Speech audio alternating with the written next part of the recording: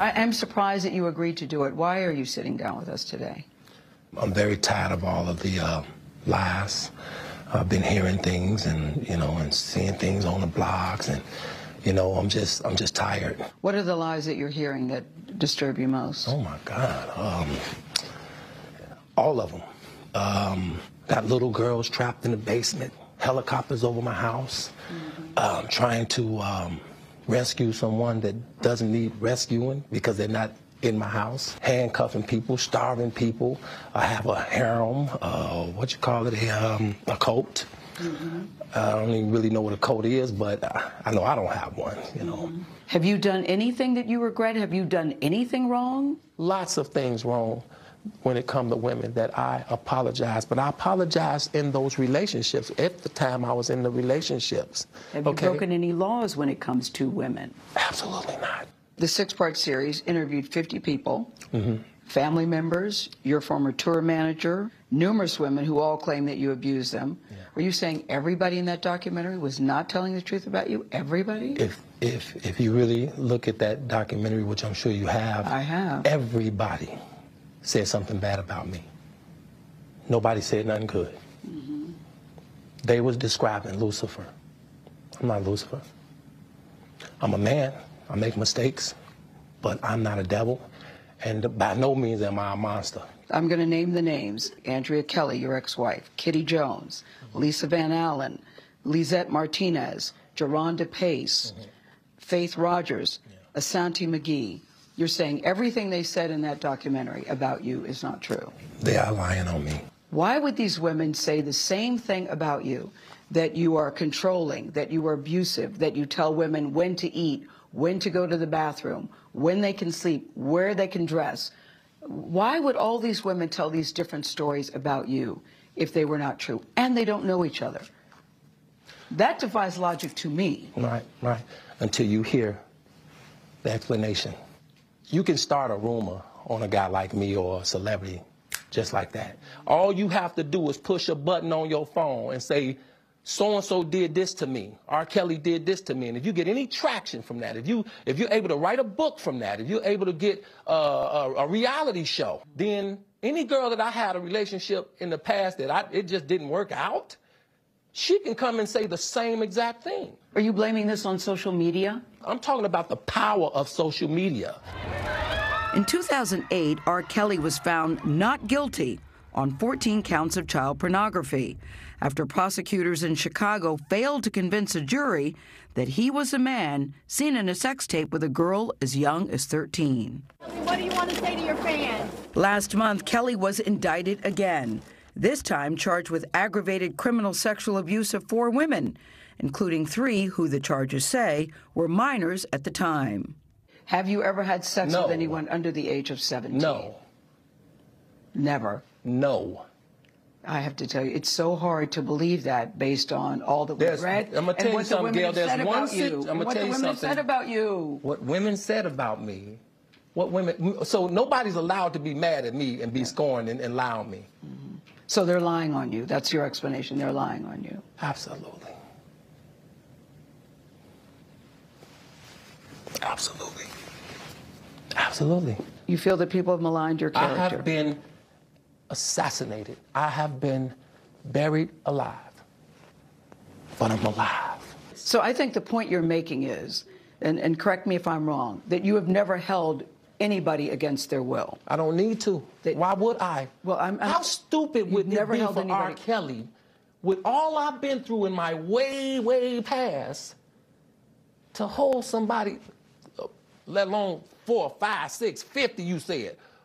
How stupid would I be to do that? I didn't say you were holding... That's stupid, guys. I didn't... Is this camera on me? Yes, it's on. That's stupid. Use your common sense. Don't forget the blogs. Forget how you feel about me. Hate me if you want to, love me if you want, but just use your common sense. How stupid would it be for me to, with my crazy past and what I've been through, right now I just think I need to be a monster and hold girls against their will, chain them up in my basement, and don't let them eat and don't let them out unless they need some shoes down the street from their uncle. Robert, stop it. Y'all quit playing.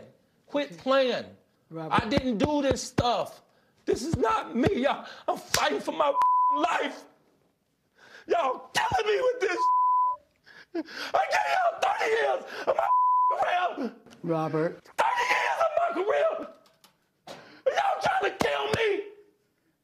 You're killing me, man. This is not about music. I'm trying to have a relationship with my kids, and I can't do it. Y'all just don't want to believe the truth. You don't want to believe it. At this point, we briefly paused the interview to give Kelly a moment. His publicist helped calm him down. I hope this camera keep going. No, we're going to let the camera keep rolling. This is not true. This doesn't even make sense. Why would I hold all these women? Their mothers and fathers told me, we're going to destroy your career. But Kelly's emotions remained raw.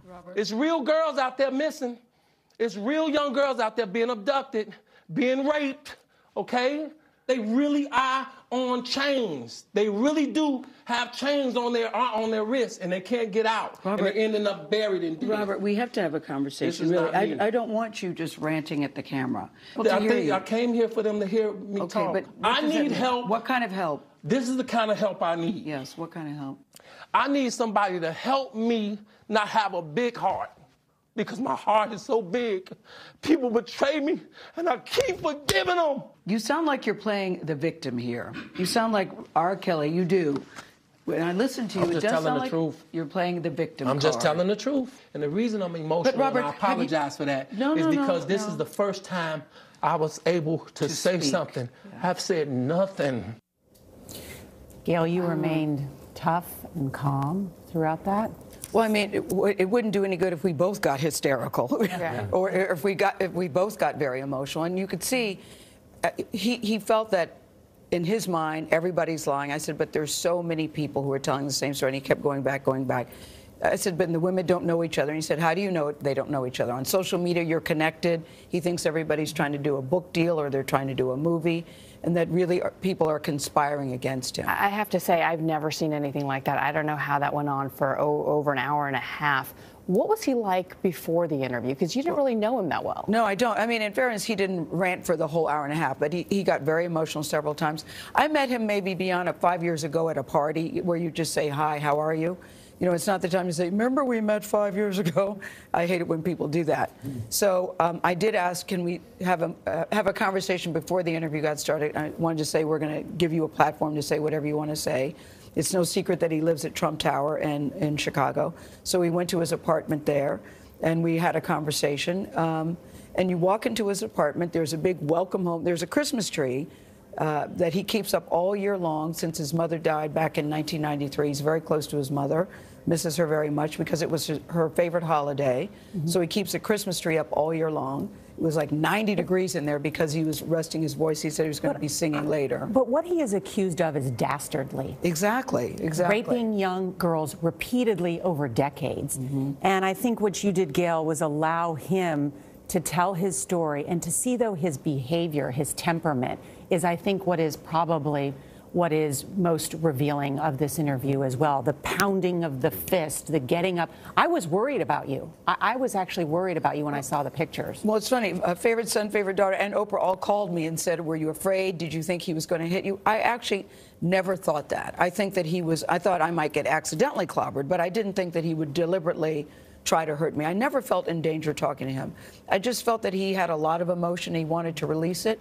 And, you know, when it was all over, we had a conversation, we said goodbye, and I think at the end of the day, he was glad that he was able to say what he wanted to say. Okay. Even if, but it's hard to believe when you say, Robert, there are so many allegations and so many accusations, and you've never had sex with anybody under the age of 17. And it took this jury less than a day to deliberate.